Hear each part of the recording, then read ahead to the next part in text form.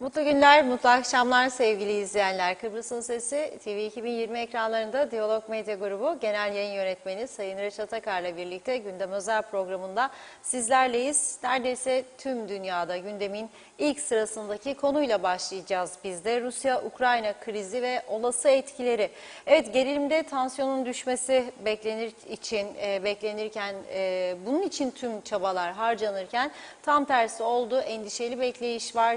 Bir tarafta savaş hazırlıkları var. Tabii bu kriz tüm dünyayı bir şekilde etkileyecek. En geneli altın, petrol, piyasalar sarsıldı, döviz tırmanışa geçti. Turizmle ilgili de çok ciddi bir pazar kaybı demek. Zira her iki ülkede, Türkiye'de, Yunanistan'da, Güney Kıbrıs'ta turist açısından çok önemli bir paya sahip. Olası etkiler tartışılıyor diğer ülkelerde Rum tarafında. Peki Kuzey Kıbrıs'ta durum nedir? Hedef nedir?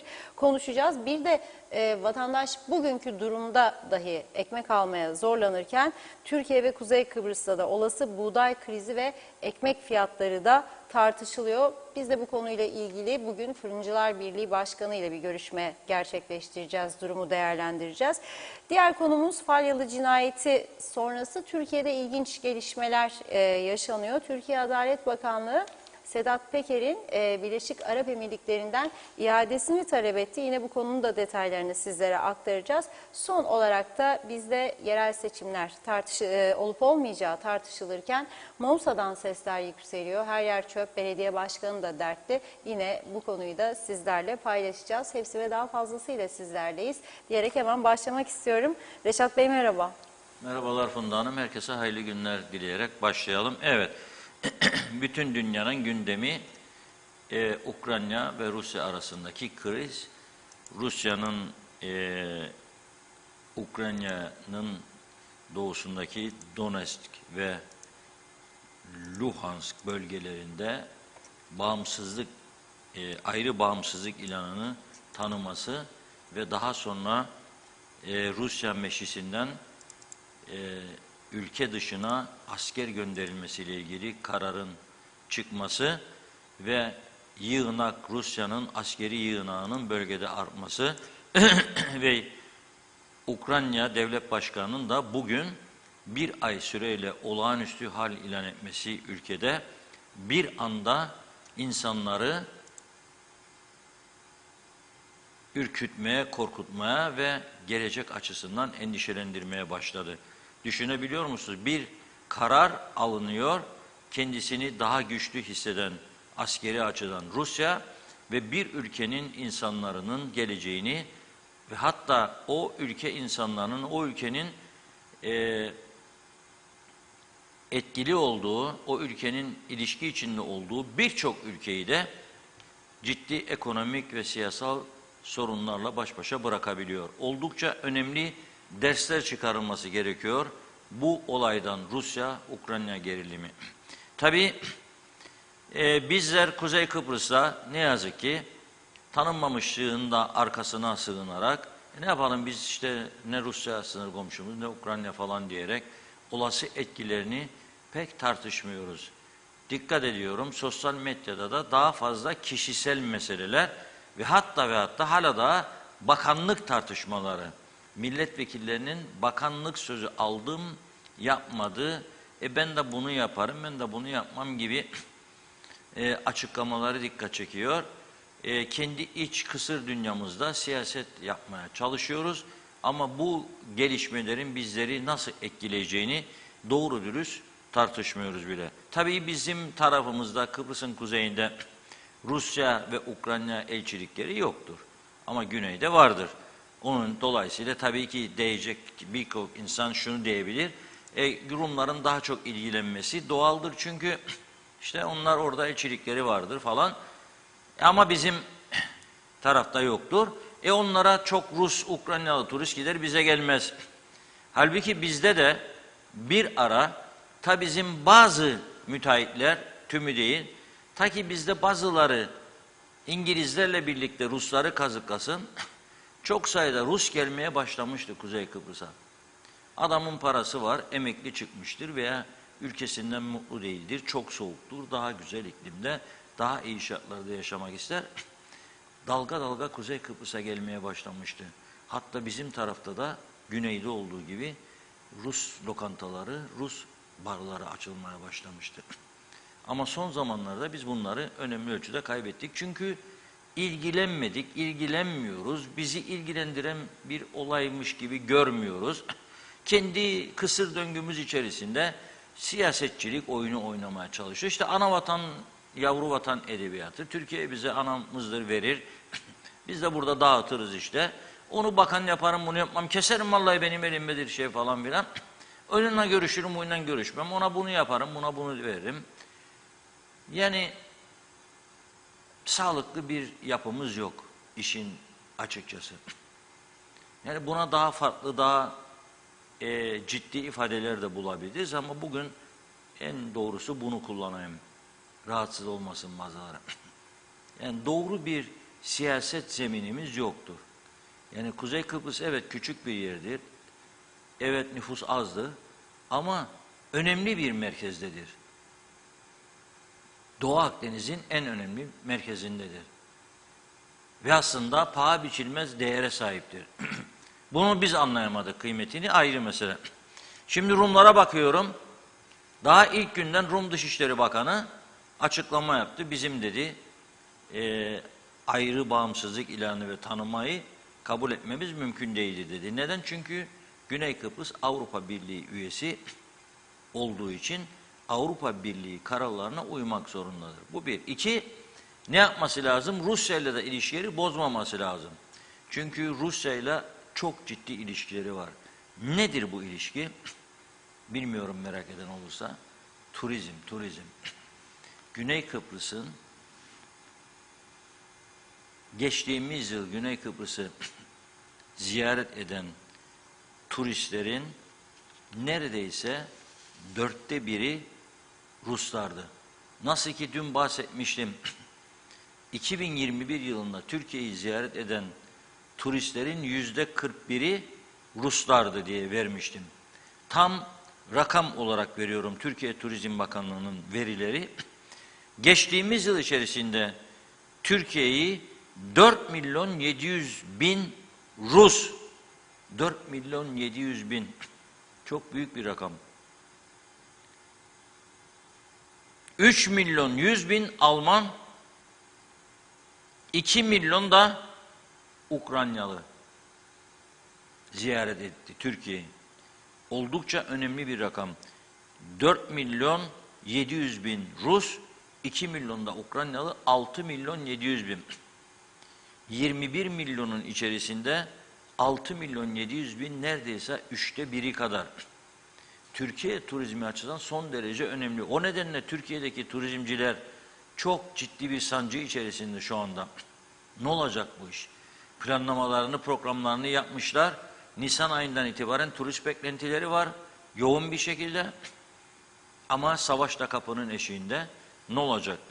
Rumlar ise geçtiğimiz yıl 400.000 civarında sadece Rus turist gitmiş Güney Kıbrıs'a. Onlar da ciddi bir panik içerisinde. Ve bu olayı öyle ilginç bir şekilde değerlendiriyorlar ki Rum Philologos gazetesi şöyle diyor bu gerilime: Rusya-Ukrayna krizi Kıbrıs'ın baş ağrısı. Fakat haberlerin içerisinde bu krizin Türkiye ve Yunanistan'ı da ciddi şekilde etkileyeceği ve düşündürmekte olduğu da belirtiliyor. O nedenle baktığımızda bizim şu anda evet Ukrayna'dan bize turist geldiğini sanmıyorum veya çok az gelirse charter severlerle, ama Rusya'dan az önce de söylediğim gibi bir miktar burada yaşamaya gelen insan vardı. Başlamıştı bu gelişme. Ama biz ne yaptık? Parayı aldık, tapusunu vermedik. Yahut da evi zamanında bitirmedik. Bir takım meselelere giriştik. Oldu bunlar. Şimdi Güney Kıbrıs ekonomisi açısından Rusların iki farklı önemi var. Bir turizm, bir de çok sayıda mülk alıyorlar. Çok sayıda. En değerli, en pahalı mülkleri yatırıyorlar, parayı alıyorlar. Bu emlak sektörüne demek ki Güney Kıbrıs'ta ciddi bir şekilde etkileyecek. Şimdi bizim Kuzey Kıbrıs olarak dediğim gibi en fazla etkileneceğimiz nokta nedir? Dün buradan bahsetmiştim. Ekmek, un yani un. Bütün buradaki fırıncılarımızın kullandığı çok büyük bir kısmını diyeceğim. Kuzey Kıbrıs'ın tükettiği unun buğdayı Rusya'dan geliyor. Dün Arun fabrikasının direktörünü bağlamıştık, Tolga Ahmet Raşidi, ve bize güzel bir müjde vermişti. Şu anda Gazimaosa'da bir gemi 4 aylık stok miktarında buğday indiriyor demişti. Tesadüf böyle oldu. Yani geldi, iyi ki geldi. Yoksa yolda olsaydı ve gelmeseydi bu gemi veya yola çıkmamış olsaydı çok ciddi bir kriz bizi bekler olacaktı. Şimdi 4 aylık stoğumuz var diyor. Peki ekmek fiyatları artacak mı? Dolar yükselirse artacak diyordu. Ama diyelim ki hiçbir artış olmadı. Şu anda vatandaşlar bugünkü fiyatlarla bile ekmek alabiliyor mu? Nasıl geçiniyorlar? Bu gerçekten bir merak konusu. Dolayısıyla dedik ki Fırıncılar Birliği Başkanı ile bu konuyu bir konuşalım. Ömer Çıralı Bey'le. Arkadaşlarımız da kendisine ulaştı. Seve seve bu konuda bizlere bilgi vermeyi kabul etti kendisi de. Şu anda arıyor arkadaşlarımız, bağlanacak. Ama ilginç bilgiler alıyoruz. Vatandaş şu anki fiyatlarla dahi ekmek almakta zorlanıyor. Bunun bir de Türkiye'deki tartışmalara paralel bakacak olursak, buton ekmeğin Türkiye'de 25-30 liraya kadar çıkabileceği konuşuluyor. Bu krizin etkisiyle bizde acaba ne olacak? Onu kestirmek son derece zor. Döviz kurlarını ne kadar Türkiye baskı altında tutacak, yükselmesini önleyecek, o da bir mesele. Döviz yükseldi, buğday fiyatları artar, un fiyatları artar, ekmek fiyatları artar deniliyor. Evet. Evet, Ömer Bey hattımızda. Merhaba, hoş geldiniz yayınımıza. Merhaba, merhabalar, hoş bulduk. Selamlar Ömer Bey. Teşekkür ederim. Merhaba Reşat Bey, merhaba. Evet, şimdi dün Arun direktörü Tolga Ahmet Raşit arkadaşımızla konuşmuştuk. Bu Ukrayna-Rusya krizi ve bize bilgiler verdi ayrıntılı. 3000 ton buğdayın dün Gazimaosa limanına vardığını, bunun da kendi şirketleri açısından 4 aylık stok olduğunu söylemişti. Ve şu anda bir kriz beklemiyorum yani önümüzdeki 4 aylık süre için, ama tabii dövizde yükselme olursa fiyatların artacağı da kesindir. Dolara bağlıdır her şeyimiz demişti. Şimdi sizin açınızdan baktığımızda Fırıncılar Birliği Başkanı olarak son zamanlarda ekmeğe gelen artışlarda dikkate alarak ve vatandaşların alım gücünün düştüğünü de dikkate alarak ekmek satışları nasıl gidiyor Kuzey Kıbrıs'ta? Eskiyle kıyasladığımızda, yani pandemi öncesi nasıldı, şimdi nasıldır? Önce ondan başlayalım bir. İkincisi, yani ekmek şu anki fiyatlarla da almaya zorlananlar var mı? 3, sizin de fiyat artışı beklentiniz var mı? Evet, öncelikle Reşat Bey teşekkür ederim böyle bir imkanı verdiğiniz için. Şimdi biliyorsunuz Kuzey Kıbrıs Türk Cumhuriyeti'nde bu ekmek un meselesi yıllarca sorun olmuş bir meseledir aslında ve bu gibi kriz zamanlarda gerçekten gündem oluyor. Zira ekmek tabii ki temel tüketim maddesidir ve herkesin tüketmesi gereken bir gıda maddesidir. Yalnız burada yıllar içinde malum hepimizin şikayeti iyi yönetilmiyoruz. Yani iyi yönetim olmamasının sebebinden dolayı çok her sektör olduğu gibi fırıncılık da ciddi bir sıkıntı içerisindedir. Şu anda üretim konusunda aydınlatmam gerekirse pandemi öncesine göre yaklaşık belki de yarı yarıya üretim azalmıştır. Kuzey Kıbrıs Türk Cumhuriyeti'nde. Zira malum nüfus ciddi anlamda azalmıştır.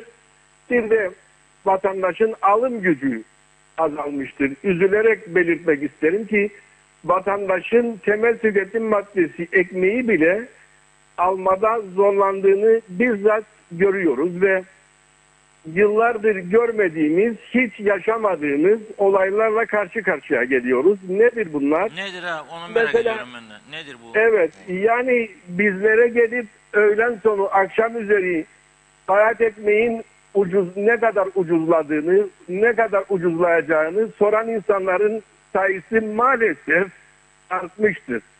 Ve bu bizim hiç yaşamadığımız bir olaydı Kıbrıs Türk halkı olarak. Hiç öyle bir şey, biz 46'dan beri fırıncılıkla iştigal eden bir şirketiz, aile şirketiyiz. Hiç öyle bir manzarayla karşılaşmadık Reşat Bey. Yani ekmeğin işte- fiyatı ne zaman uzacak? Yani herhalde eskimiş ekmek diye soruyor değil mi? Evet, yani akşamüstü gelsek bayat ekmeği acaba daha ucuz alabilir miyiz? Alabiliyorlar Bu mı? soru- Yok, öyle bir durum yoktur. Yani maalesef öyle bir durum yok. Bizde öyle bir uygulama da yoktur. Yani saat 3'ten sonra 5'ten sonra ekmek fiyatları işte yarıya düşer veya 3'te 2'ye düşer gibisinde öyle bir uygulama yok. Evet. Ancak bu tabii bu vatandaşın alım gücünün ne kadar azaldığını bize göstermesi açısından çok önemli bir göstergedir. Bizde eskiden pandemi öncesinde günlük ekmek tüketimi ne kadardı aşağı yukarı siz başkan olarak mutlaka? Yani günlük ekmek tüketimi Reşat Bey'in yaklaşık 400 bin ekmekti somun ekmek olarak düşündüğümüzde. 400 bin. 400 bin ekmekti. Şimdi nedir? Şu anda 200 bin ekmek. 200 bin ekmek.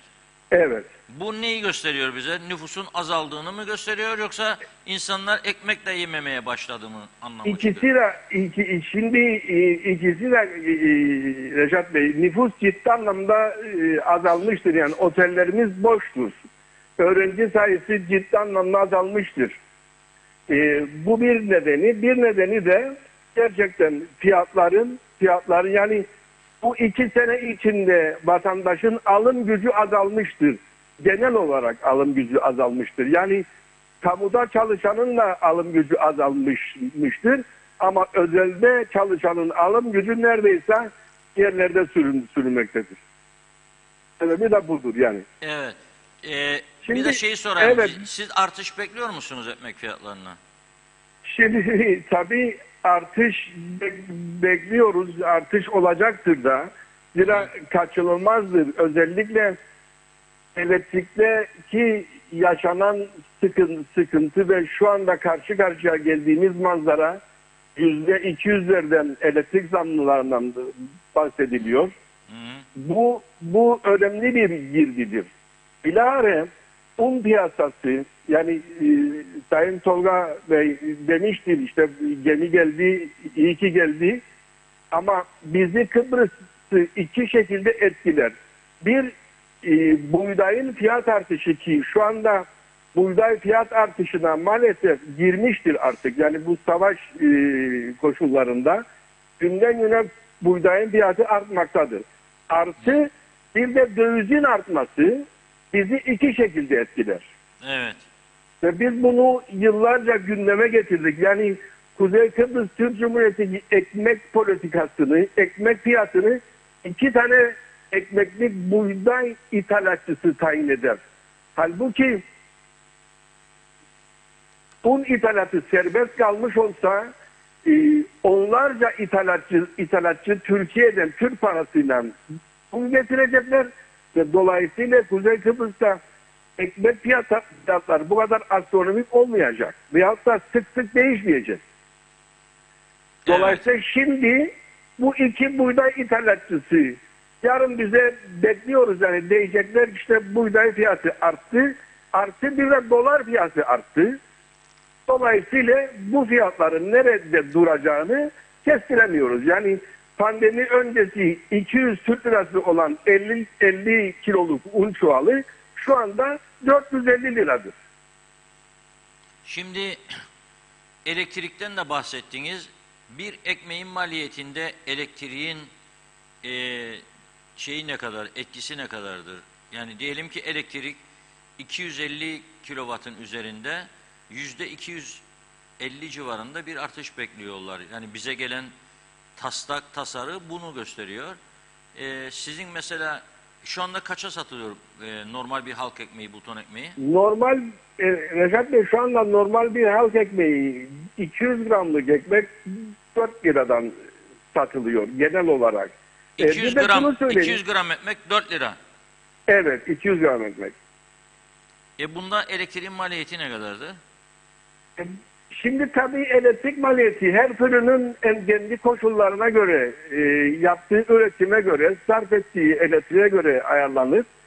Ancak yani elektrik ve yakıt giderleri, zira biliyorsunuz elektrik arttığı zaman mutlaka gaz fiyatları da artacak. Veyahut da mazot fiyatları artacak. Dolayısıyla yani bir ekmeğin maliyetinde enerji gideri az bir gider değildir. Doğru. Bazı fırınlarımız hala mazotla çalıştırır değil mi fırınları? Şimdi modern fırınlar mazotla çalışsa bile Reşat Bey en direkt ısıtmadır. Herhangi bir sağlık açısından bir sorun yoktur. Evet. Ama esas sıkıntı köy fırınlarındadır. Yani köy fırınları direkt fırının içinde yandığı için, direkt ısıtmalı olduğu için onlar sakıncalıdır. Ancak maalesef devletimiz hiçbir şeyi tam yapamadığı gibi bunu da tam yapamadı. Yasal doğru dürüst bir yasa yok. Ve bize 1987 yılında Ege Üniversitesi'nin profesör geldi ve izah etti bize ki kara fırınlar kanserojendir ve biz hepimiz karar aldık, kapattık. Şu anda onlarca, yüzlerce kara fırın vardır ve maalesef devlet onları da engelleyemiyor.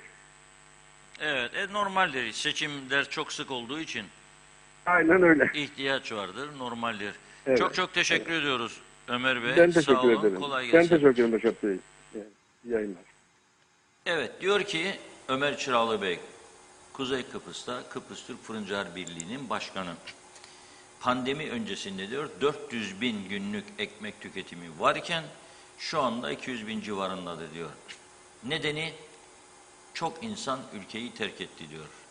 Turizm dibe vurunca otellerde çalışanların önemli bir kısmı çıktı gitti. İnşaatlar durduğu için inşaatlarda çalışanların önemli bir kısmı gitti. Ama tabii bu da var, şunu söyleyebilir bazı insanlar. Ama siz de söylüyorsunuz her gün işte Afrikalılar gelmeye başladı. Geldi falan doğrudur geliyor ama gelenler ne kadar gidenler ne kadar. Sosyal sigorta inşallah yeni bakan şimdi Oğuzhan Hasipoğlu Bey gerçek rakamları açıklar bizler de öğreniriz. Kriz öncesinde, pandemi krizi öncesinde sosyal sigorta primi yatıranların sayısı kaçtı? Şimdi kaçtır? Bu rakamlar doğru bir şekilde, sağlıklı bir şekilde aktarılırsa bizlere o zaman daha doğru dürüst, daha ciddi bir değerlendirme yapma şansımız olacak. Ama düşünün çoğu zaman şimdi bu siyasiler yanlış haberden şikayet ederler. Yalan haberden şikayet ederler. Ama doğru haber verilmesi için de yardımcı olmaları gereken medya kuruluşlarına yardımcı olmazlar. Düşünün bir tane seçmeni geliyor bir yerden oturup onunla fotoğraf çekmeye vakti var, kahve içmeye vakti var. Gazeteci aradığı zaman sekreteri aracılığıyla çok meşguldür Sayın Bakanımız dedirdir. Efendim önemli bir toplantıdadır. Halbuki toplantı dediği bir delege geldi köyden oturur. Kahve aman hadi sos sevindik vallahi ailecek seni gördük burada. İnşallah bizimle çocuklar torunlar falan filan. Merak etme bakacak edecek saat gitti yarım saat. Ama bu taraftan bilgi vermek istemez. Ne var ya öcü değil. Yani bir şeffaflık aslında ben mesela biraz önce Türkiye'yi size okudum. Herhalde ben Türkiye Turizm Bakanı'nı aramadım da bu rakamları verdim. Ben size biraz önce Güney Kıbrıs'tan bahsettim ziyaretçiler. Onu da Rum Turizm Bakanı'nı aramadım. İnternetten, web sayfalarından, onların sitelerinden aldım bu rakamları. Var bu artık. Bizde yok. Bizde hiçbir şey yok. Hiçbir şey yok. Yani çağatladık, mağatladık. 15-20 senedir devlet diye bizi avuduyorlar. Hani devlet? Nerede? Hadi varsa bilen söylesin bana. Nerede? Yoktur böyle bir şey. Onun için Yani eğer şimdi Sayın Sucuoğlu'nun bu yeni kabinesi geldi, inşallah umut ederim kendisi de cesaretlendirir bakanlarını, daha şeffaf olurlar.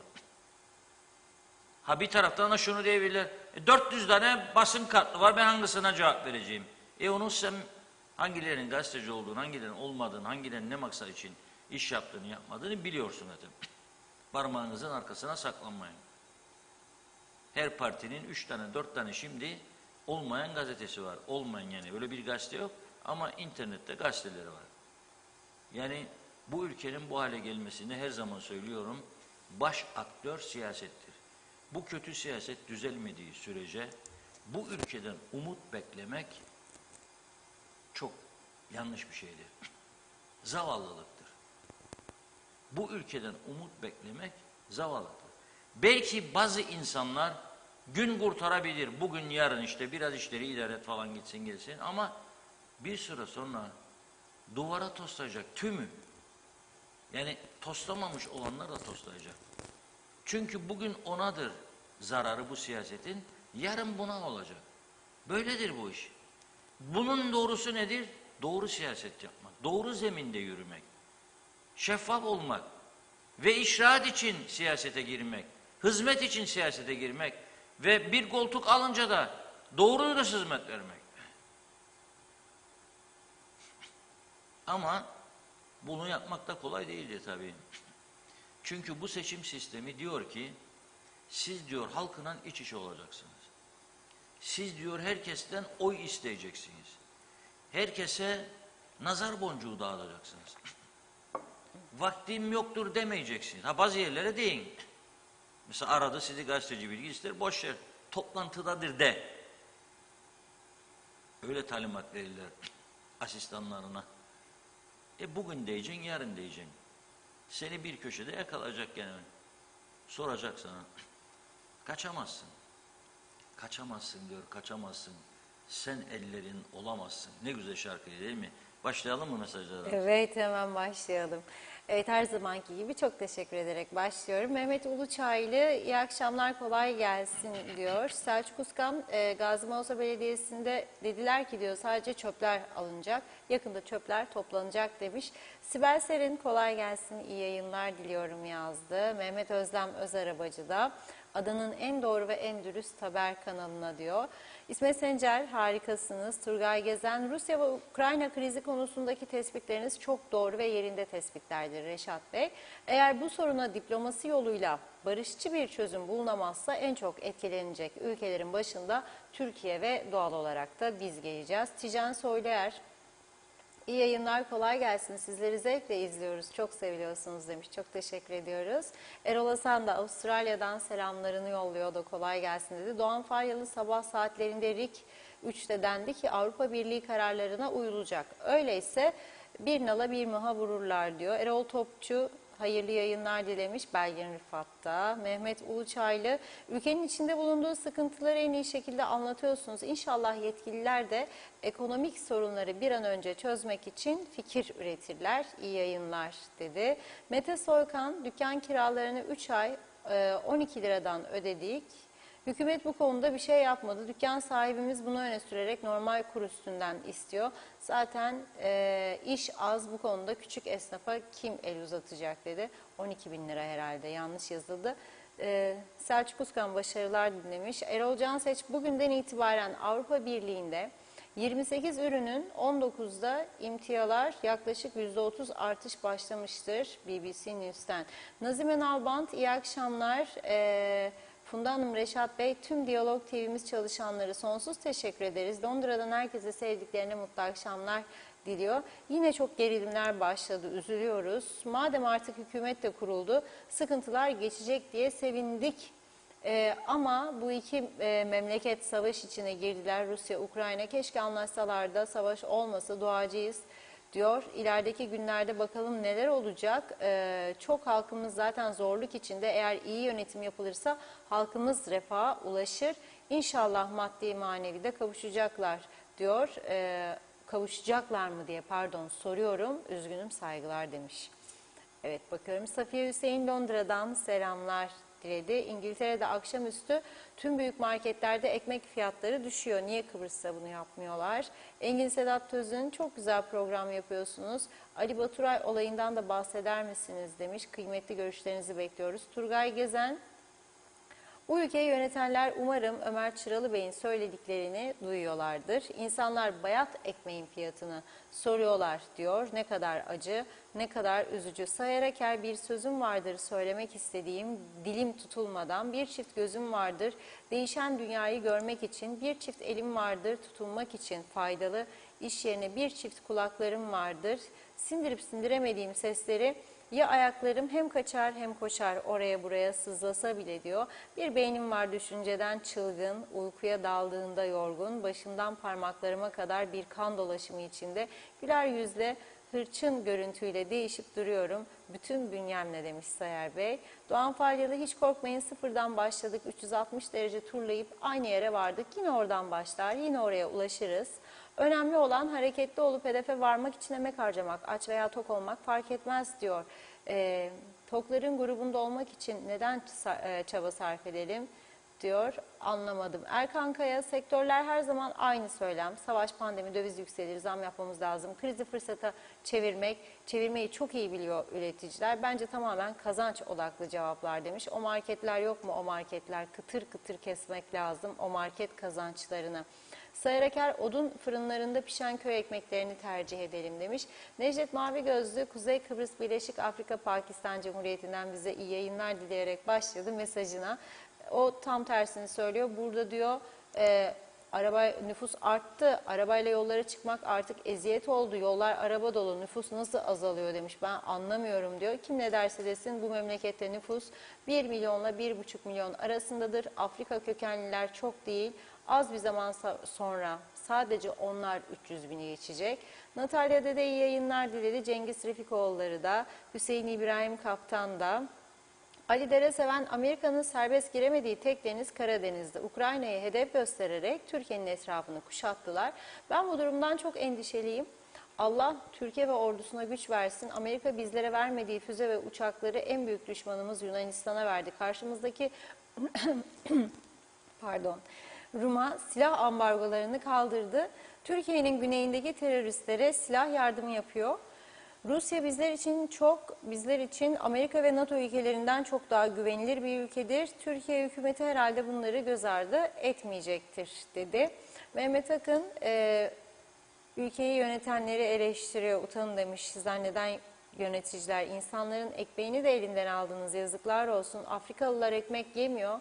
Reşat Bey, bonfile pizza yiyorlar dışarıdan. Dün eşimin telefonunu yaptırmaya gittim bir telefoncuya. İçeride 5 tane Afrika kökenli insan 5 tane son model iPhone 13 alıyorlardı. Bu paranın bolluğu nereden geliyor?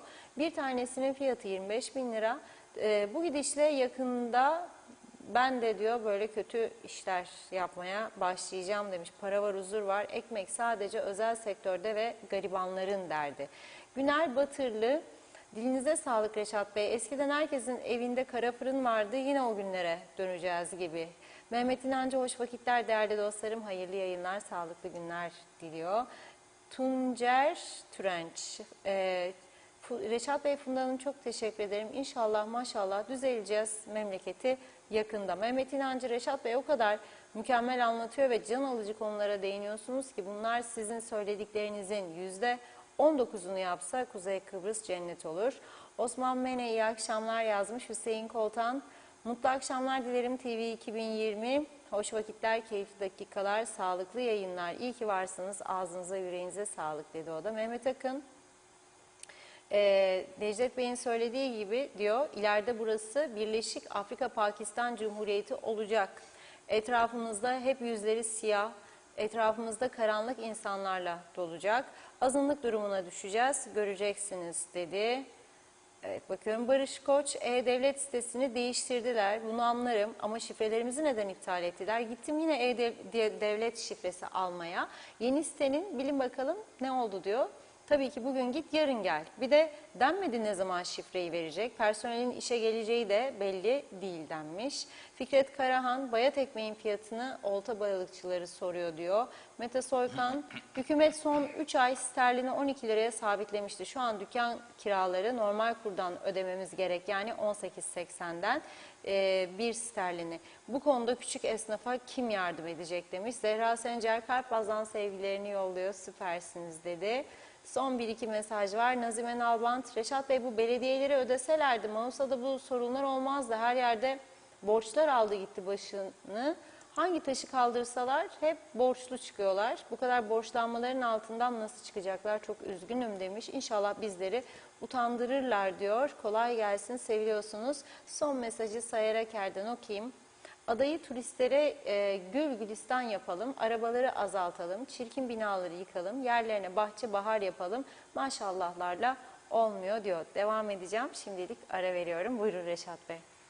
Evet, tabii ki inşallah maşallah demekle sorunları çözemeyiz. Sorunların çözümü için icraat lazım. Gazi Mausa'nın durumu tabii bir zamanlar Lefkoşa'daki yaşananları andırıyor bize. Son derece üzücü. Ama biz o bölgeden görüntüleri sizlere şimdi ekranlara getireceğiz. Ama Gazi Mausa'dan önce turizmden bahsettik. Bu ülkenin, ada ülkelerinin özellikle kalkınabilmesinde birinci umut turizmdir. Singapur turizmle patladı. Hong Kong öyle. Tayland, Tayvan öyle. Ama uzaklara gitmeyelim. Türkiye turizmle büyük bir ülke olduğu halde ama Güney Kıbrıs ada ülkesi turizmle patladı. Geçtiğimiz yıl koşullarında bile Güney Kıbrıs 2 milyonun üzerinde turist ağırladı. Pandemi öncesinde gelmiş olduğu rakam 4 milyona dayanmıştı Güney Kıbrıs'ın.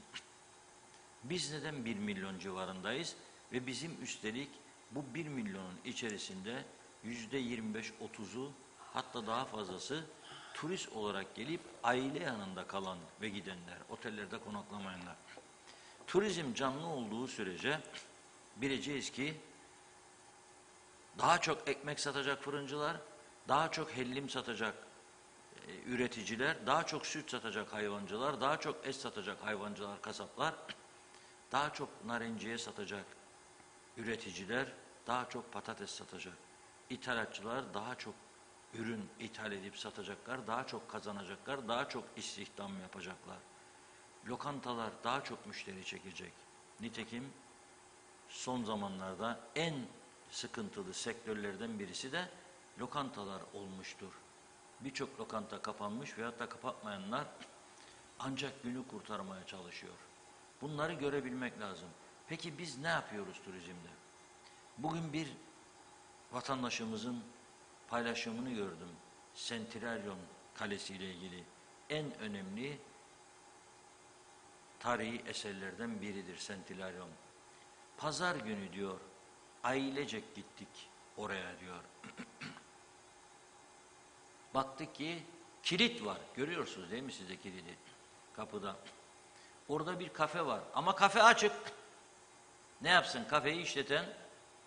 Gelecekler diyor turistler, ne yapsan açık bulmayacak belki ama bende oturup belki bir kahve, bir çay içerler belki. Birkaç kuruş kazanırım diyor. Ona sormuşlar, o demiş ki pazarları hep kapalı. Neden? Neden? Neden çalıştırmıyoruz? Neden bir vardiya sistemiyle orada görevlileri değerlendirmiyoruz? Tabii bakımsız olanlar da var. 1-2 gün içerisinde bazı tarihi eserlerin son durumuna geleceğiz. Bir başka durum var. Bir video. Dün akşam bir izleyicimiz gönderdi. Bugün bir kişi daha aynısını gönderdi. Kısa bir video var. Girne'nin Karakum sahillerinde. En güzel yerlerinden biri. Bakınız sesli verelim çünkü konuşuyor da gönderen arkadaş. Sesli veriyoruz.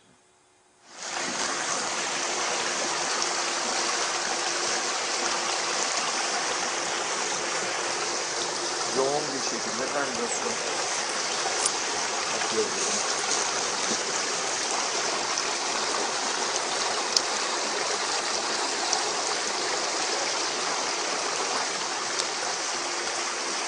Burası İnönü. Girne'nin en güzel değerlerinden Karakız. Denize lağım suyu akar.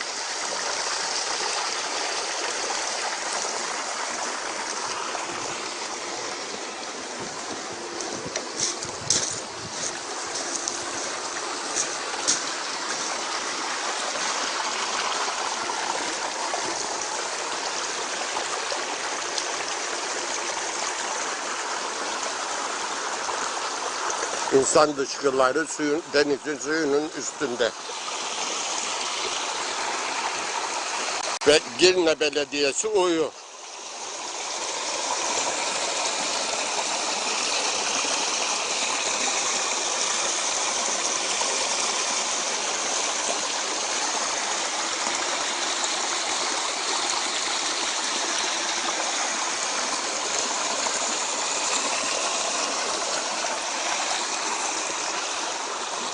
...50 metre ileride de insanlar yemek yer. Artık takdir sizin.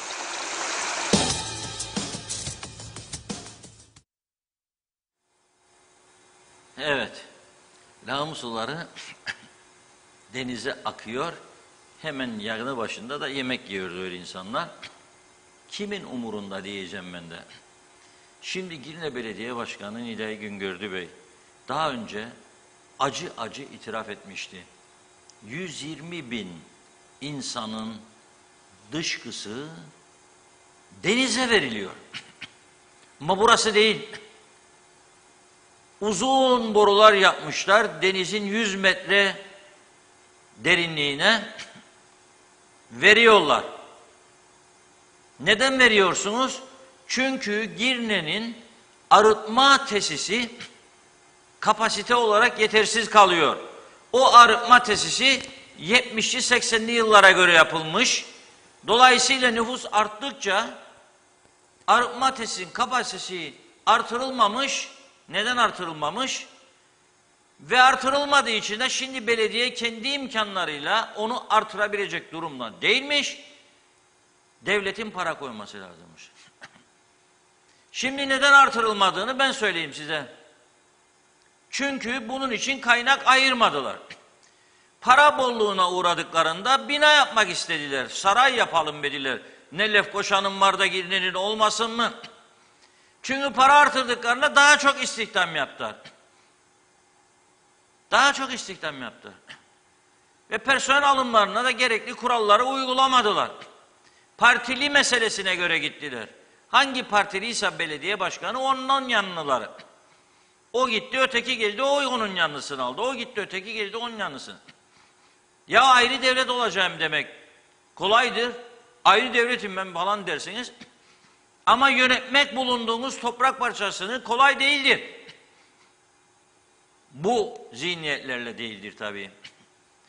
Cesaretli, yürekli, iş bilir insanlar yönetseydi bu ülkeyi bunca zaman ve bu seçim sistemine göre bir yönetim tarzı olmasaydı tabii, o zaman bu ülke ne yapmak zorunda kalırdı belediyeler?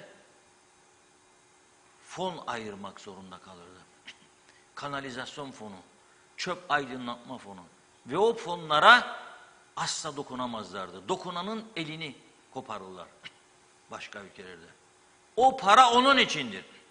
Yok ki sen nüfus artacak, daha çok vergi toplayacaksın, daha çok bina yapılıyor, daha çok emlak vergisi topluyorsun, daha çok belediye vergisi ama o topladığın paraların büyük bir kısmını personel alımına harcıyorsun. Ve sonra da lokus işlere. Binadır, odur budur falan filan. Şimdi ama burada gördüğünüz atıklar denizin dibine 100 metre değil, kayaların üstünden doğrudan veriliyor. Denizin rengini gördünüz. Nasıl biz gidip buralarda vakit geçireceğiz? Nasıl bu bölgede balıkçılık yapacağız? Nasıl işletme kuracağız? Nasıl denize gireceğiz? Turizm adası. Turizm adası. Yani bunu yabancılar da görüyor. Sadece biz görmüyoruz. Bizden önce görüyorlar hatta. Geliyorlar, geziyorlar, video kaydı yapıyorlar. Rumlar da yaptı. Serbest şimdi. Geçen arabaların kaç tanesi istihbarat teşkilatına çalışıyor biliyor muyuz biz? Bilmiyoruz. Geziyorlar, görüyorlar, kaydediyorlar. Bunu Birleşmiş Milletler'de, Avrupa Birliği'nde önemli gizli toplantılarda kullanıyorlar. İşte bakınız diyorlar. Aldılar bizden savaş sonrasında bu hale getirdiler ülkemizi diyorlar. Biz böyle bir Avrupa mı istiyoruz? Yoksa farklı bir Avrupa mı? Temiz mi? Oradan için bu sorunlar yaşanmıyor Kıbrıs'ın güneyinde. %62'lik toprak parçası onlarda. Neden onlarda bunlar yaşanmıyor da bizde yaşanıyor? Neden? Geçen gün sıralamıştım. 7 tane devlet başkanı 74'ten bu yana. Bizde 83'ten bu yana 26. hükümet. 15 farklı başbakan. Olabilecek bir şey değil yani. Bu sürdürülebilir bir yapı değil. Sürdürülebilir bir yaşam tarzı değil. Sürdürülebilir bir siyaset anlayışı değil. Ha ne zaman herkesin aklı başına gelecek, bu sistemi düzeltecek? Tamamen battığı zaman mı bu ülke? Zaten batmıştır. Lağım sularında yüzüyoruz ya. Artık uyanma zamanı geldi mi gelmedi mi? Lağım sularında yüzüyoruz. Ben bu Girne antik limanını kaç defa araştırma yaptık. Kaç defa gösterdim buradan. Kaç defa gazete manşetlerine taşıdık. Yani Turizm Bakanlarına, Başbakanlara veya diğer bakanlara, bakmayanlara karşı bizim bir tavrımız yok ki. Hepsini de seviyoruz. İnsan olarak iyi insanlar. Ama onları teşvik etmeye çalışıyoruz. Görmelerine yardımcı olmaya çalışıyoruz. Yağcılık, yalancılık yapmak yerine doğruları söyleyip bakınız arkadaşlar bu memleket elimizin altından kayıyor mesajını veriyoruz. Yapmıyorlar bir türlü, olmuyor. Yani gene işte inşallah maşallah diyeceğim. Yeni hükümet kuruldu. Eski Turizm Bakanımız gene Turizm Bakanı, meseleleri çok iyi bilen birisi. İnşallah maşallah bakar buralara. İnşallah maşallah kime bağlıysa bu Eski Eserler Müzeleri Dairesi şimdiki dağıtımda oralar bu tarihi eserleri, ziyaretçi yerlerini, pazarları da açarlar. Turizmde hafta 7 gündür. Turizmde hafta 6 gün olmaz, 5 gün olmaz. Memur mesaisine göre turizm yapılmaz. Orasının evet gece açsınlar demiyorum. Ama gündüz saatlerinde hafta sonu da olsa açılması lazım. Üstelik bilet satıyorsunuz, gelir elde ediyorsunuz. Ve buna da çok ihtiyacımız var. O yüzden bunları devamlı ekranlara getiriyoruz. Ve geçelim şimdi Gazi Mausa. Lefkoşa'nın bir zamanlar içine düştüğü hal. Belediye maaşları ödeyemiyor, maaş alamayan işçiler eylem yapıyor, işçiler eylem yapınca çöpler toplanmıyor ve etraf çöplerle kaplanıyor. Sadece görüntü, çevre açısından değil, sağlık açısından son derece sakıncalı. Böyle bir ülkeye şimdi siz turist olsanız gelir misiniz? Böyle bir ülkeye gelirseniz buranın insanlarına lanet okur musunuz, okumaz mısınız? Nasıl bir insan bunlar ya? Nasıl bir topluluk ya? Akdeniz'in en güzel yerinde paha biçilmez değerdeki bir adada yaşıyorlar ve bak kendi kendine ne yapıyorlar? Demez misiniz yani bunu? Ben kendim bu ülkenin vatandaşı olarak söylüyorum. Lanet olsun bize diyorum her gün. Her gün söylüyorum bunu. Biz değiştik ya, biz gerçekten uzaylı mı olduk, ne olduk? Hele korona sonrasında. Acaba bir kalıcı etki mi yaptı bizlere? Lağım kokularını, çöp kokularını duymaz hale geldiysek yandık demektir zaten. Yani yürüyüp önünden geçerken duymuyorsak bu çöplerden çıkan pis kokuları yandık demektir zaten. Peki neden bunlar oluyor? Ve hemen hemen her sene belediye katkı paylarını artırıyor devlet. Çünkü onlar istihdam yapıyor, devlet de kendi de yaptığı için göz yumuyor, ödeyim sana diyor daha fazla. Her sene bir nüfus kavgası var. Belediyelerin kendi gelirleri de var. Ama siz o gelirleri eğer normal bir şekilde harcayamıyorsanız sorun yaşarsınız. Şimdi belediye başkanına bugün, yani dün konuştu, bugün yayınladık biz de. Şimdi sesinden vereceğim. O da para tahsil edememekten yakınıyor. Hem diyor devletten alacaklarımızı alamıyoruz, hem sadece bir bölgeden diyor. Mesela Karakol bölgesinden diyor 11 milyon 600 bin lira var. Tahsil edemiyoruz. Edeceksiniz. Edemezsen senin elindedir makas. Birçok tedbiri alabilirsin. Bilmiyorum ama bir dinleyelim bakalım ne diyor İsmail Arter Bey.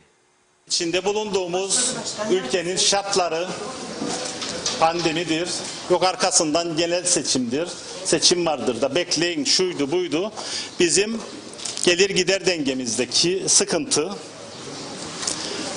alacağımız paranın zamanında bize gelmeyişiyle ilgilidir. Bunun sıkıntılarını yaşadığımız için böyle bir greve de ben saygı duyarım. Ama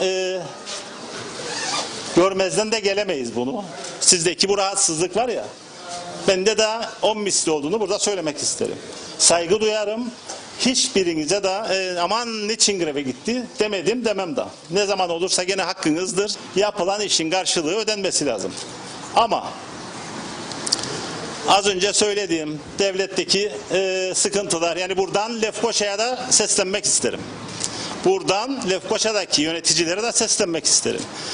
Bu sıkıntıların birinci müsebbibi onlardır. Çırpınıyoruz biz. 2 gün var burada değilim. Zannetmeyin nice bir yerde oturun da seyrederim ne olacak. Size verilmesi gereken paranın peşindeyiz. Lefkoşa, Mausa, odur, şudur, budur. Rakamları söylemiyorum. Tekrar buradan söylüyorum. Bu memleketi idare edenler Lefkoşa'dan belediyeye olan borçlarını ödemeleri lazım. Zamanında hem de. Seçim vardı, şuydu, bakanlar değiştiydi. Bunlar ne kadar size söylesem hiçbirine çare değil bu iş. Tamam. Bunu geçiyorum. Gelelim öbür gelirlerimize. Buradan Mausa halkı geçer gider. Hepsi şikayet eder. Çöpler toplanmaz da grev var da bu belediye başkanı ne yapar? Ne yapar? Şimdi okuyacağım. Mausa Belediyesi'ne 1000 TL'nin üstünde borcu olan insanlarımız. En büyük mahallemiz Karakol Mahallesi. 11 milyon 600 bin lira. 11 milyon 600 bin lira sadece Karakol Mahallesi'ne alacağımız vardır. Pandemiydi. Emlak vergisinde işte af gelecekti, şuydu buydu demekle bu borcunu görmezden gelen insanlar buradaki sıkıntının bence ikinci müsebbibidir. Birinci Lefkoşa, ikinci de burası.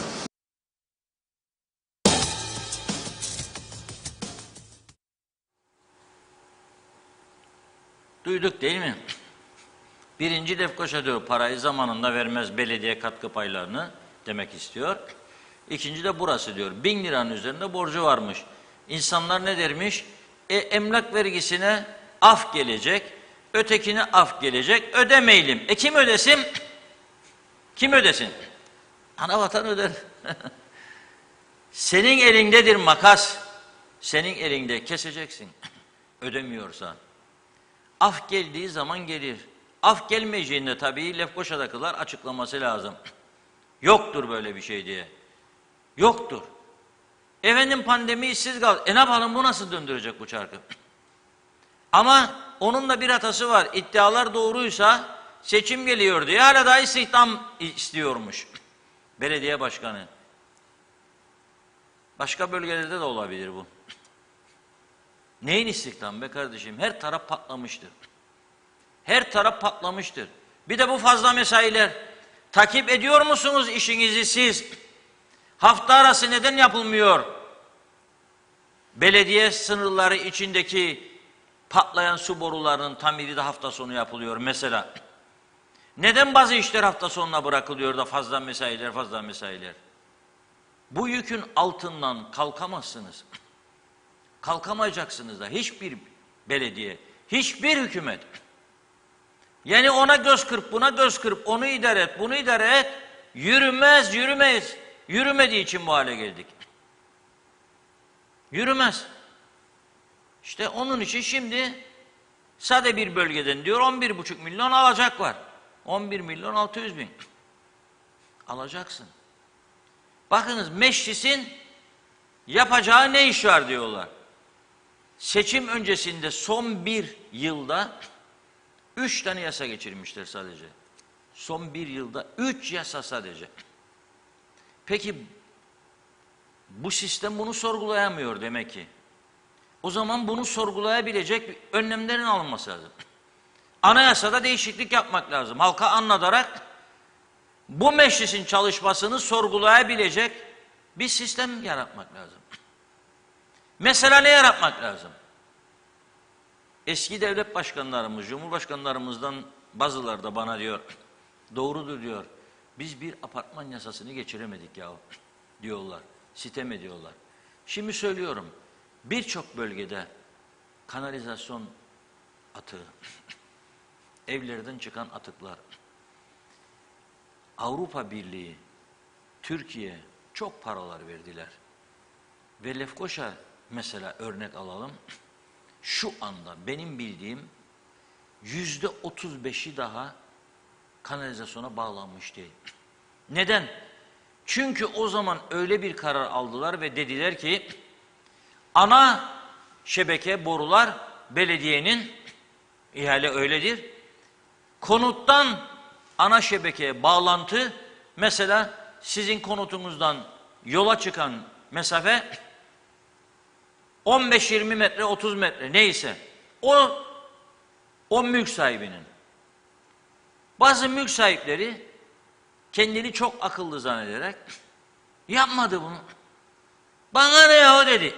Toprak çeker. Ben bunu çok söyledim geçmişte. Bugün fırsat oldu. Söylüyorum. Ara vermiştim. Bari bunu bir yasayla bağlayın, zorunlu hale getirin. Mecbursun çıkarasın evinden oraya deyin. Çıkarmazsan ev mühürlenir deyin. Yahut da belediye çıkarı faturasını ödedir, cezaya koyar. Yapın bunu. Yok onu yapmayalım, bunu yapmayalım. Seçim var şimdi, milletvekilliği. Partimiz bırakmaz. O bitti belediye seçimliği. Partimiz gene bırakmaz. O bitti cumhurbaşkanlığı. Gene bırakmaz. O bitti hükümet düştü, erken bitti, erken seçim. Ya hiçbir şey yapamazsınız siz bu ülkede. Hiçbir şey. Yani bu kadar bir kayıtsız, bu kadar bir ihmalkarlık olabilir mi?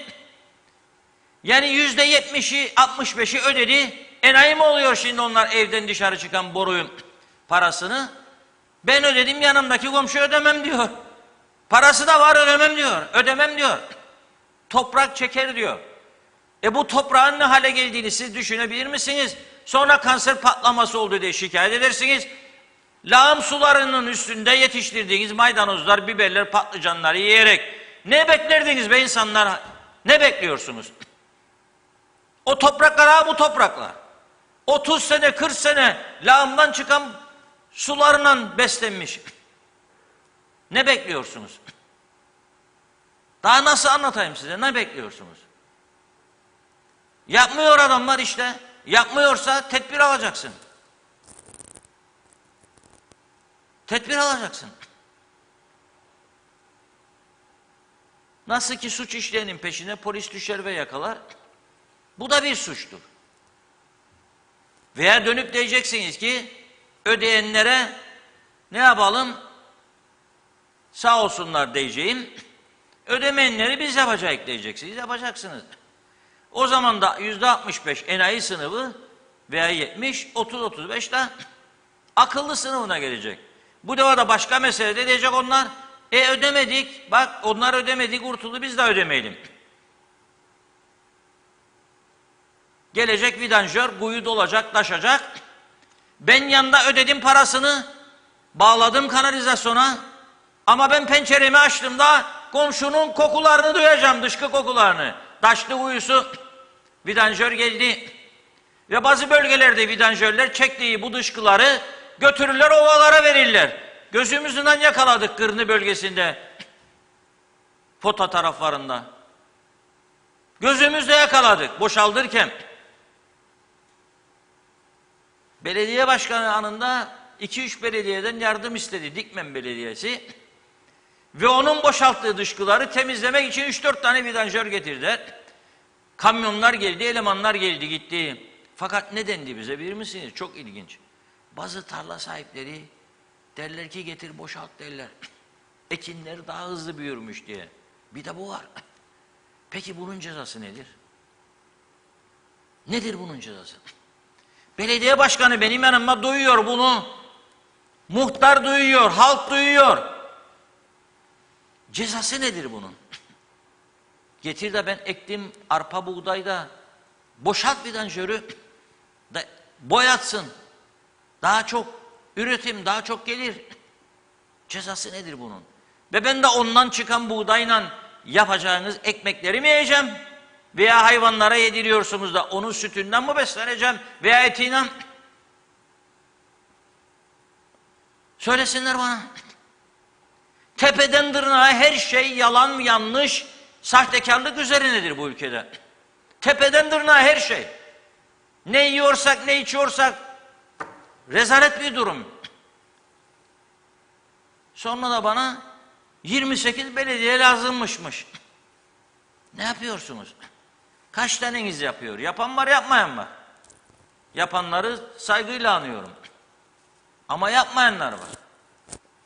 Bir de bu gösteriş merakı. Sarayım olsun. Belediye sarayı. Yok o bir tarafta yok işte. Lefkoşa Rum Belediyesi 74 öncesindeki yerindedir. Orada nüfus artmadı mı?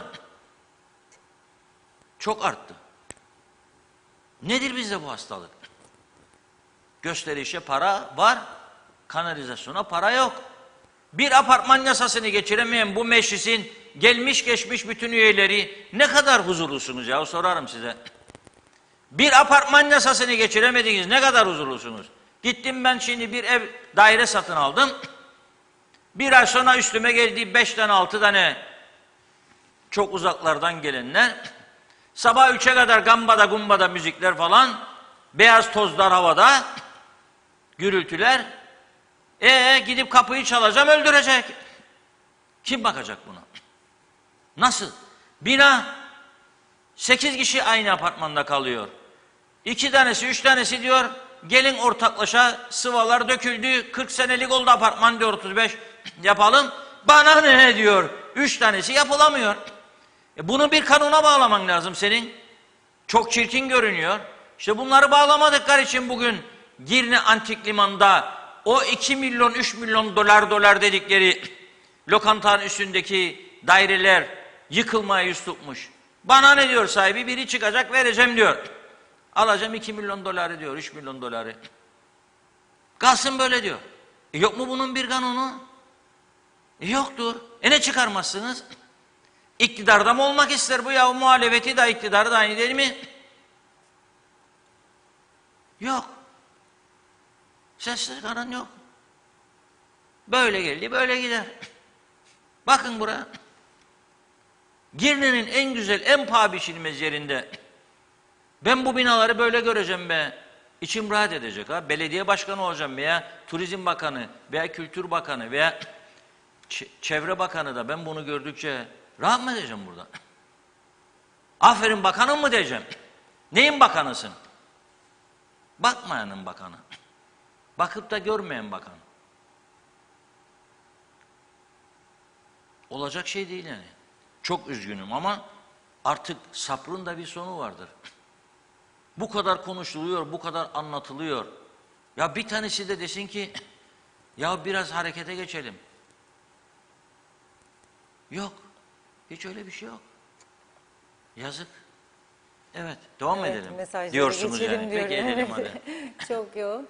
Gidenler oldu maalesef. Bakalım. Doğan Falyalı Diyor ki öyleyse balıklar da yenmez, deniz kirlenmezmiş, kim demiş, ah vah diyor. Ya balık yerse, olur da avlanıp satılırsa. Mehmet İnancı, maliye kasası sıfırlandı, parası olmayan bir hükümet nasıl çıkacak bu işin altından? Titanik gibi battık Sayın Akar. Hasan Nihat Erduran sesi birisine benzetmiş. Belediye sorunu çözülene kadar su sayacı bağlanmamalı, Kıptek'te elektrik sayacı bağlamamalı. Bu konu Kuzey Kıbrıs'ın genel sorunudur, çok önemlidir. Girne'de denize girecek yer kalmadı sayılır.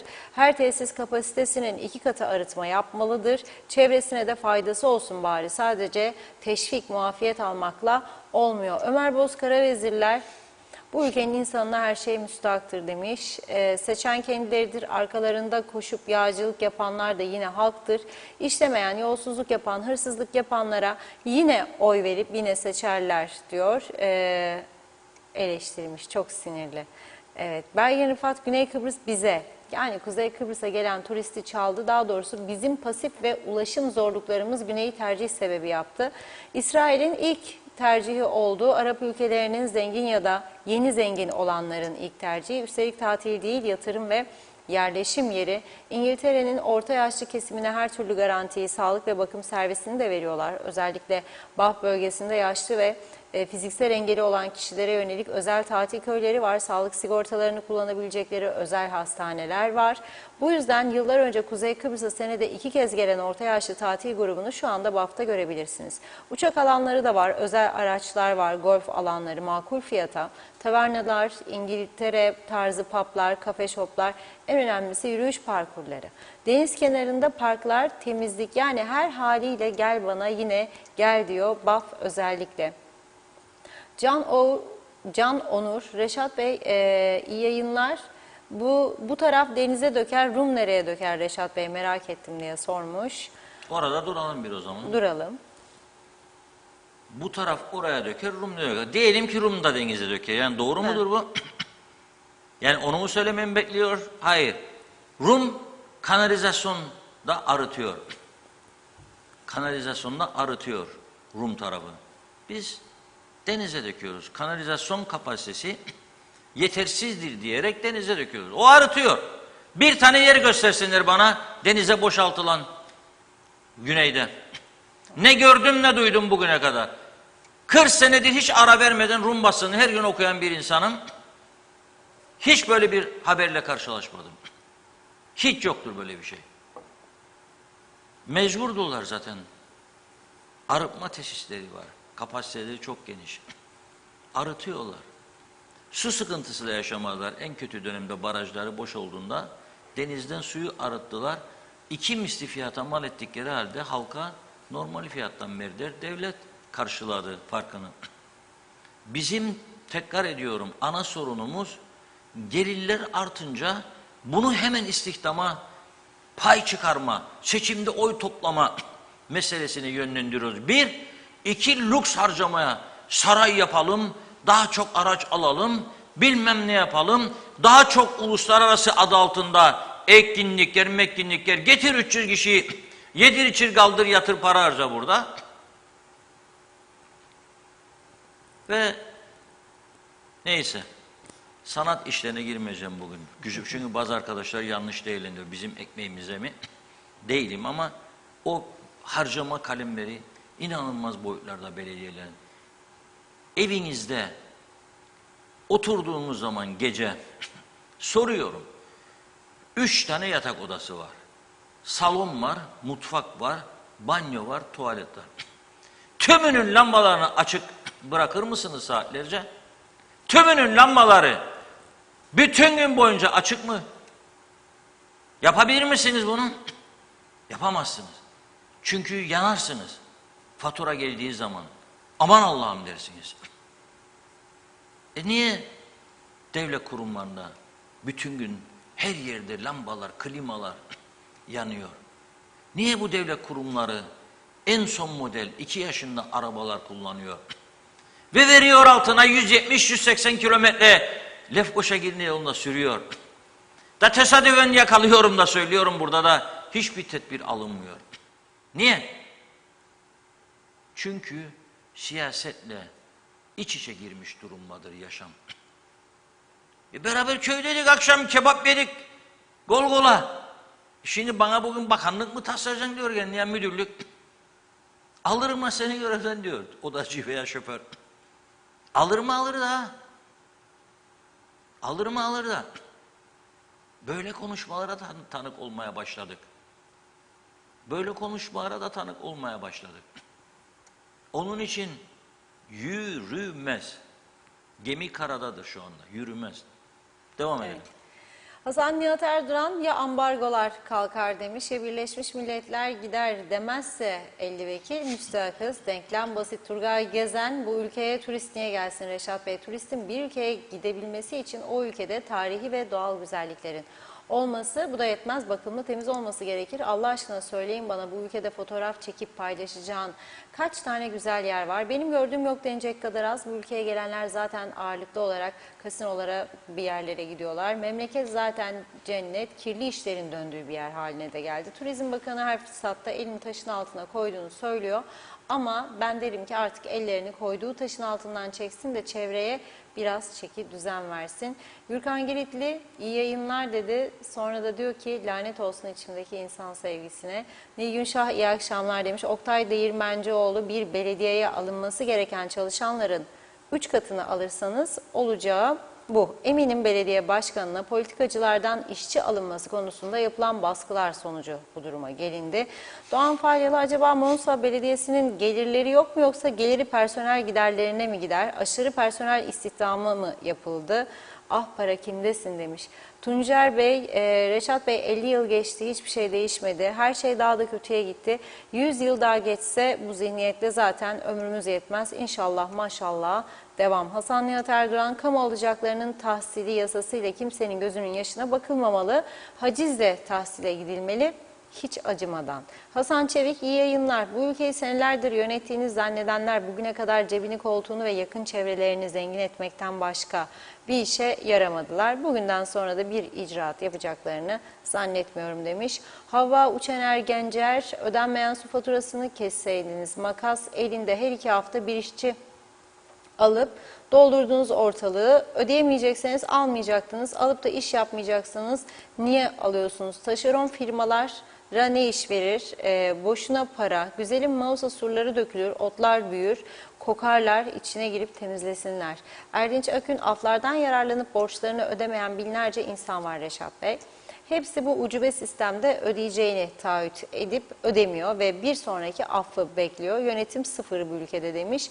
Bekir Elmazoğlu, Monsa'da inşaat ruhsatlarından gelen paralar da azaldı. Çünkü rant, iskele ve Yeniboğaz içinde. Şimdi ta ki onlar da batana kadar bu 3 belediyenin de inşaatlarının neredeyse hiçbirinin çağdaş bir altyapısı ve arıtması yok. Hasan Nihat Erduran, en çok ağlayan, şikayet eden de vergiden kaçınanlar, sızdıranlar, Londra'da ödeyenler olursa komik olur vallahi demiş. Sayar Aker, utandım diye başladı mesajına. Kuzey Kıbrıs'a kan verdim, can verdim. Guguk Cumhuriyeti'ne dönmesine lanet okurum bu aklımla. El ele verelim, temizleyelim yahu diyor artık her yere. Cemil Kurç, Manisa Belediyesi bence haksızdır. Seçilsin diye özellikle o alacaklı bölgeleri korudu. Şimdi de çıkıp şikayet eder. Maraş'a asfalt döküleceğine Doğu Akdeniz Üniversitesi'nin yolunu tamamlasaydı diyor. Belgin Rıfat, İngiltere'de belediye çalışanları, özellikle işçi statüsünde çalışanlar çok 70 ya da 80 kilo. Bir de baktım az önceki tabloya, maşallah Manisa Belediyesi'ne çalışanlar çok kilolu diyor. Arasında acaba çok işlerler de ondan mı böyledir demiş. Bu da diyor günün trajikomik yorumu olsun diyor Belgin Hanım. Evet, Necdet Mavigözlü, sadece Gimle'nin nüfusu 120 binse 6 ilçe var. En çok nüfus herhalde Lefkoşa'da. Geriye Lefke, Monsa, Yeniiskele, Güzelyurt var. O zaman diyor soruyorum, nüfusumuz nasıl 300-350 bin olabilir? Birileri anlatsın demiş nüfusumuzun ne kadar olduğunu. Benden bugünlük bu kadar diyor Necdet Bey. Yarın görüşmek üzere. Erdinç Akün, ülkenin en büyük sorunlarından biri her konuda tahsilat yapmanın savsaklanmasıdır dedi. Eren Elkıran, Londra'da belediye vergisini bir ay ödeme, hemen mahkemeye çeker seni. Bizde vergi ödeme alışkanlığı yok ama hizmet bekleriz. Erhan Yapıcıoğlu, Vatan millet Sakaryacılar Maraş'ın açılmasında yapılan milyonlarca masraf belediye tarafından karşılandı. O günlerde arterde alkışlıyordu. Şimdi çalışanı ödeyemiyor tabii. Mehmet Uluçaylı halka belediyeler kendi mallarını emlak vergisi altında tekrar satış yapıyor. Belediyeler kendi üstlerine düşen görevleri çöp toplama dışında hiçbir şey yapmıyor. Hanelere 4 yıl önce su bağlamak için yollar kazıldı. Vatandaştan parayı peşin aldı. Çukurlar hala duruyor. Lütfi Toruntay, Reşat Akar Bey ve Diyalog ailesi mutlu yayınlar, huzurlu, sağlıklı akşamlar. Dün hastaneye gittim, ilaçlarımı yatırayım ve 5. aşım olmak için tansiyon, kolesterol hapları yok. Sağlık Bakanı Ali Pilli ne zaman ilaç almayı düşünür? Acaba çok merak ediyorum. Gönüllü'de ikamet etmekteyim ve su parası öderken 25 lirada sağlık için ödüyoruz ama karşılığında maalesef hizmet yok. Teşekkür ederim demiş. Turgay Gezen, belediyenin alacağını tahsil edemeyen adam sanki işler taşmış dökülmüş gibi habire belediyeye yeni istihdam yapıyor. Bu akla mantığa aykırı bir şey. Ben derim ki Güzelyurt Belediye Başkanı ve aynı zamanda Belediyeler Birliği Başkanı da olan Sayın Mahmut Özçınar'a bir telefon açsın ve belediye hizmetlerinin nasıl yürütüldüğünü başkandan öğrensin dedi. Belgin Rıfat, Manisa Belediyesi'nin haklı olduğu çok nokta var. Çünkü Maraş bölgesinde yapılan açılımla ilgili alacakları var. Bilmiyorum diyor, bu paralar herhalde maaş ödemesi ya da başka ödemeler için kullanıldı ama halk vergilerini, su paralarını ödemeli. Herkes bu üzerine düşen sorumluluğu vaktinde yapsın. Erdinç Akün, vidanjörler kanalizasyon hatlarına boşaltanlar var bu ülkede Reşat Bey demiş. Gaye Gök, 50 defadır araç muayene affı, çalışma izni affı çıkardılar. Ne oldu? Yollarda yine muayenesiz araçlar, kaçak çalışanlar. Bunlar ancak karar alırlar, gerisini koy verirler diyor. Bizler de devlete her türlü borcumuzu aman geciktirmeden ödeyelim derdinde dedi. Mehmet İnancı, bravo Sayın Akar. Her söylemeniz gerçekçi, duysun sesinizi yeni hükümet edenler. Sayar Aker, iyi ki gündem özel var. Demokrasi kırbacınız eksik olmasın diyor. Er geç uyanacağız. Ali Dere seven uzmanlar diyor ki buğday ve arpaya, otlar için atılan ilaçlar topraktan ancak 25 yılda temizlenirmiş. Buğdaydan ekmek yapılır, arpayı hayvanlarımız yer. Dolayısıyla içtiğimiz süt, yediğimiz yoğurt, hellim, etle ilaç riski var. Yediğimiz ürünlerde devamlı yüksek derecede ilaç kalıntısı çıkıyor. Sizin de biraz evvel gösterdiğiniz gibi denizlerimiz zehirleniyor. Bunlar da yetmezmiş gibi elektrik santraliyle tüm Kuzey Kıbrıs'ı zehirliyor. Ülkede bundan sonra sıhhatli bir şekilde yaşamak bir şans haline gelmiştir diyor. Evet, Süleyman Egel Yürücinalı yarım asırdır diyor, kaptılar diyor. En değerli varlık insandır yeğenim demiş. Mehmet Akın, her şey o kadar temiz ve düzgün anlattınız ki inanın buradan bizim midemiz bulandı Reşat Bey demiş. Mehmet İnancı, sabrın sonu selametle görünmüyor Reşat Bey. Tıpkı tünelin ucundaki görünmeyen mum ışığı gibi. Salih Cibo'da, Reşat Bey ağzına sağlık. Turizm Bakanı'na söyleyiniz, Fikri Ataoğlu'na belki dediğinizi yaparlar. İyi yayınlar diledi. Hüseyin Kayardal, biz çoktan kirlendik demiş. Toplumun 3 katı yabancı, bir katı da yabancı öğrenci var. Kimi düzelteceğiz? Salih Mullalı, Girne'de denizlerin neresi temiz, neresi pis olduğunu biliyorsanız bize de söyleyin diyor. Nazime Nalbant, Reşat Bey inanın sizi takdir ediyorum, tebrik ediyorum. Çok yazık bu evler, apartmanlar hep yıkılma üzerinde. Sıkı denetimler, cezalar olsa diyor, bakalım yaparlar mı diyor bunu. Bu durumları görünce de diyor içimiz yanıyor. Temiz tutulsa cennet olur bu ada. Üzgünüm, yolunuz açık olsun, tebrikler dedi. Selçuk Uzun, kendimiz yaptık, kendimiz bulduk. Değişen hiçbir şey yok. Başka kim gelirse gelsin koltuk sevdası ağır basıyor. Bir iki mesaj okuyup ara vereyim. Erdinç Akün, Avrupalılar denize dökülen kanalizasyon için solution by derler diyor. Evet, bakıyorum. Evet, Belgin Rıfat, saray dediğinizde sırf saray inşaatını başlatmak için surları yıkmışlar. Bazı kargalar Londra'ya kadar haber verdi. O surlar yıktırılmış ki bu kriz döneminde tepki almadan saray inşaatı başlasın diye. Vallahi ben kargaların yalancısıyım. Son mesaj Mehmet Akın'dan okuyayım. Devletin malı denizdi, yiye yiye denizi de bitirdiler diyor. Devam edeceğim. Şimdilik bir ara. Evet Reşat Bey. Evet, çok teşekkür ediyoruz. Şimdi arkadaşlardan rica ettim, bir başka fotoğraf gelecek ekrana biraz sonra ama şöyle bir diyorum ki bu kadar ıslesli konulara giriyoruz. Yani bir de şöyle şu var, hiç bu konulara girme. Her şey güllük gülistanlık. Ne güzel falan filan. Çok şükür karnımız doyuyor, aç susuz değiliz falan filan ama onu da diyemeyecek noktaya geliyoruz. Bakınız ne diyor Fırıncılar Birliği Başkanı? Diyor ki ilk defa diyor 40 yıllık fırıncıyım diyor. İlk defa diyor görüyorum. Gelip soruyorlarmış. Akşam gelsek ekmeğin fiyatı düşer mi? Bayatlamış ekmeği daha ucuz fiyata almak için gidiyor soruyor fırıncılara vatandaş. Bu ülkede böyle bir durum yoktu eskiden. Bu da neyi gösteriyor? Fakirleşme gittikçe artıyor diye. Yoksa ne stres ne gerilim, niye onu bunu gücendirme? Ne güzel her şey. Umudumuz sizsiniz. Buyurunuz falan devam. Düzelecek. Bunları da görmeyelim. Denize akan lağımları görmeyelim. Zararlı malzemeleri görmeyelim. Güneydeki güzel gelişmeleri görmezden gelelim. Hiç bahsetmeyelim. Orası ucube, orası bitmiş. Pek bizim yanımızda hiçbir şey değiller. Dileniyorlar. Battılar, bittiler mi diyelim? Ne diyelim? Yalan mı? Yalanla nasıl olacak? Olmaz. Onun için diyorum böyle bir rahatlayalım önce.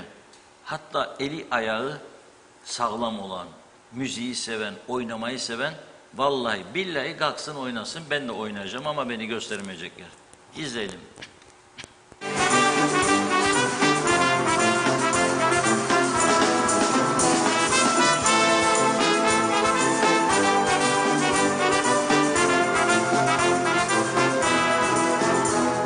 El trigo entre todas las flores, elegido a la amapola, y yo elijo mi dolores, dolores, Lolita, Lola.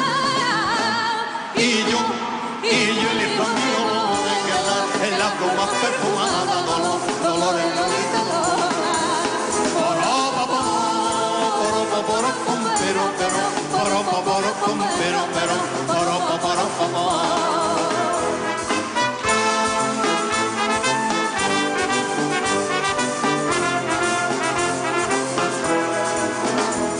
A los clisos de mi cara le voy a poner un cantón por no ver las cosas raras de ese niñato chalao. Por no ver las cosas raras de ese niñato chalao que te apunta y no te para.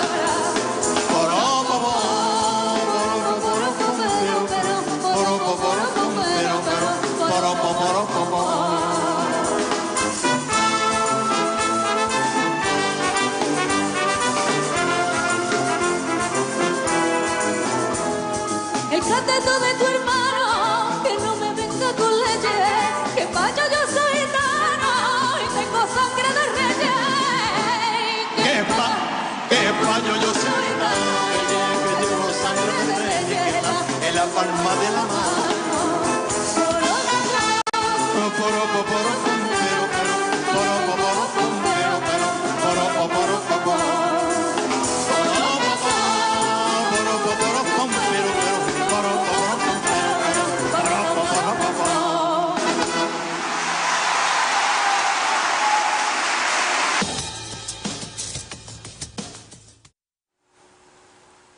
Evet, akşam yemeğinden önce biraz aşınmak iyidir. Hele makarna bulliyi sevmek, onu yiyip de hazmetmezden önce bir böyle rahatlayalım dedik. Ondan sonra makarna bulliden sonra bir daha tekrarını görürsünüz programın. 12'de zaten tekrarı var.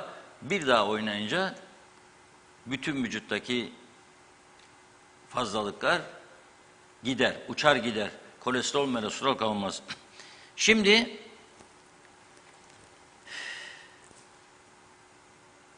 Türkiye'den haberler geliyor Falyalı cinayetiyle ilgili. En son haber bugün yapılan açıklama Türkiye Cumhuriyeti Adalet Bakanlığı Birleşik Arap Emirlikleri'nden hakkında Interpol tarafından kırmızı bülten çıkarılan organize suç örgütü elebaşı Sedat Peker'in Türkiye'ye iadesi amacıyla geçici tutuklanmasını istemiş. Önemli bir gelişme.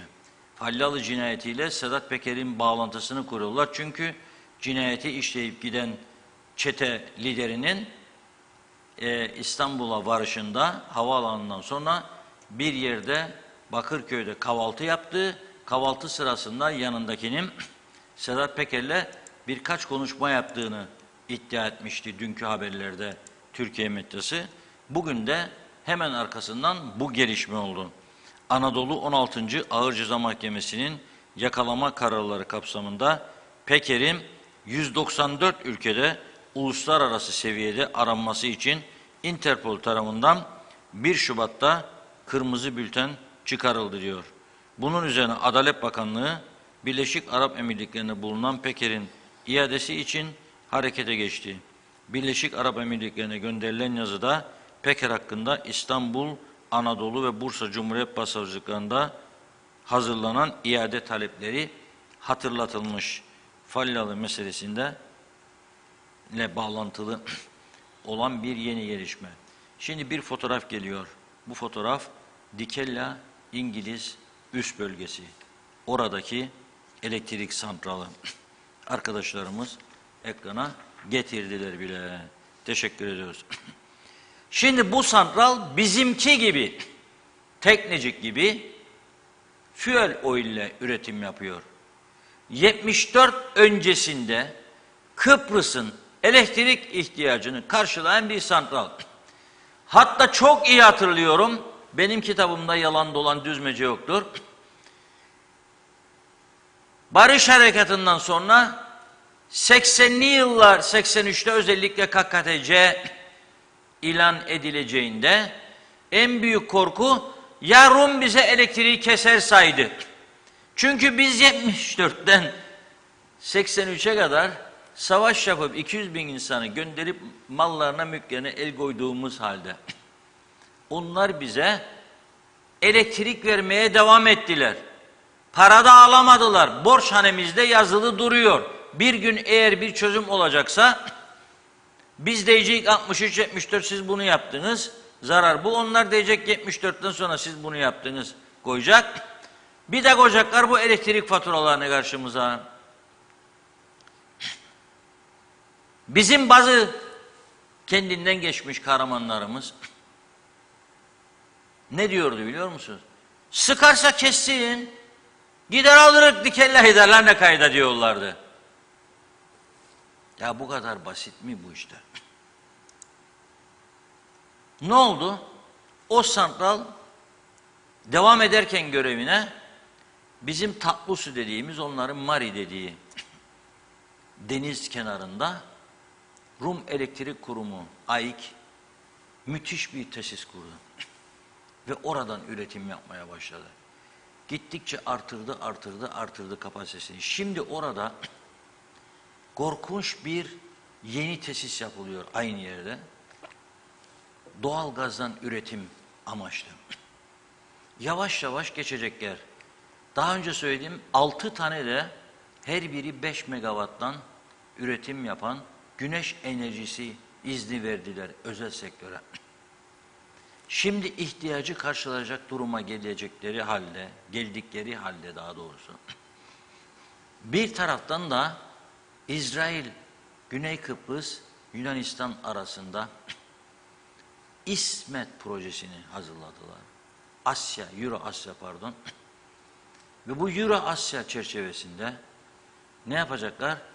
İsrail her gün 2000 megawatt gücünde elektriği Güney Kıbrıs'a, bir kısmı orada, bir kısmı da Güney Kıbrıs üzerinden Yunanistan'a gönderilecek. Fazlalıkları olacak, eksikleri olmayacak. Bütün bu hesapları, kitapları yaptılar. 2023 yılına odaklandı. Gelen sene. İlk çeyreğinde diyorlar. Yani ilk 4 ay içinde Dikella'daki bu santralı kapatıyorlar. İyi dinleyelim lütfen. Bu çok ciddi bir konudur. İyi dinleyelim. Bu Dikella'daki santralın filtresi vardır. Bacalardan bizim Teknecik gibi zehirler çıkmıyor. Ama kötü yakıt kullanıyor. Fuel oil. O yüzden de çevreye zarar verici olduğu cihetle Avrupa Birliği'nin de kendilerine yönelik tavsiye ve uyarılarını dikkate alarak 2023 yılında bunu kapatmaya hazırlanıyorlar. Biz ise 2 tane daha aynı jeneratörden getirip daha çok zehirlemeyi hedefliyoruz. Ve bu daha çok zehirleme yapılırken masraflar, fuel oil, yakıt parası dikkate alınarak artması, zamları planlıyoruz. Çok ciddi bir farklılık var arada. Hem insanlık açısından hem ekonomik farklılıklar açısından gerçekten. Ve bizim onlar tarafından küçümsenmemizi ben asla kabul etmiyorum. İstemiyorum. Biz buna layık değiliz. Bir arkadaşımız çok çözümcü, anlatmıştım bir defa, çoğu duyan var, duymayan var. Duymayanlar duysun diye.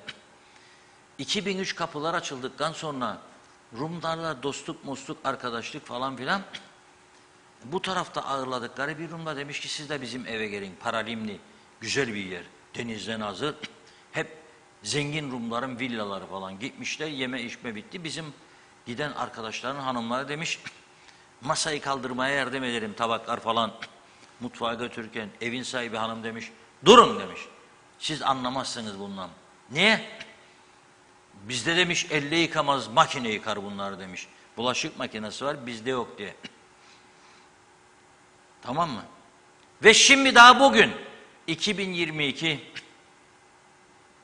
yaşanan bir olay anlatıyorum. Bir yakınımdan duydum. Bir sersem doktor, Rum kadın, fanatizmin baş aktörlerinden. Demiş ki Türk tarafından giden bir tahlil laboratuvarının sonuçlarını. Sizde tahlil laboratuvarı var mı orada demiş. Ben olsaydım çok fena yapardım mühendisliğini de. Delicira. Var ya niçin olmasın? Var ya niçin olmasın?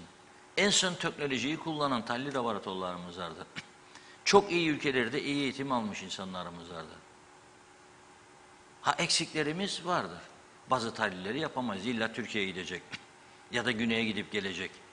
Ama tahlil laboratuvarınız var mı diye soru sormak kadar abes bir şey olamaz. Demek ki bizi o tarafta yayın organları farklı gösteriyor. Bu içimizde olanları bitenleri de. Bir de bizim içimizdeki bazı kişiler gidip bu yaşadığımız sorunları ekleyerek üstüne bir halde yalan dolanla bizi o tarafta kötülemeye çalışıyorlar. O da çok dikkat çekici bir şey. Zaten bütün kaybımız da genellikle bu iş, yani yönetim kadrolarında beklediğimiz sonuçları alamamaktan, iki de birbirimizi çekememekten, dedikodudan kaynaklanıyor. Ben öyle görüyorum. Biri iyi bir yere geldi mi ona vur tokadı düşsün. Ya da git başka taraftan, yo öyle siz öyle de, o ırkçıdır, o çözüm karşıtıdır. Rum da bunu duyunca, ha hiçbir şey yoktur bizim tarafta. Yok yapmayalım, var. Her şeye rağmen iyi şeylerimiz de var. Ama iyi olmayan şeyler devletin yönetimindeki yerlerdir en fazla.